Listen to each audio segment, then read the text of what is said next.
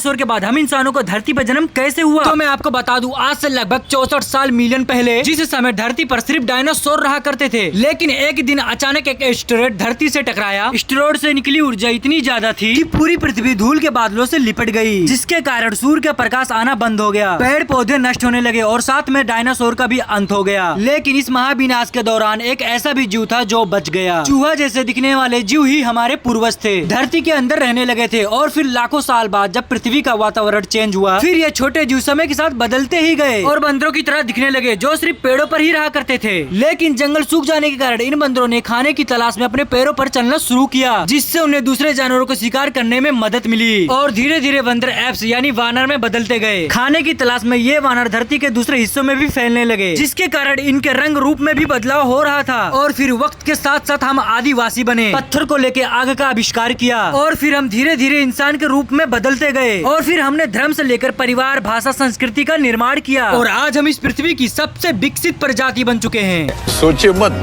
Subscribe कीजिए।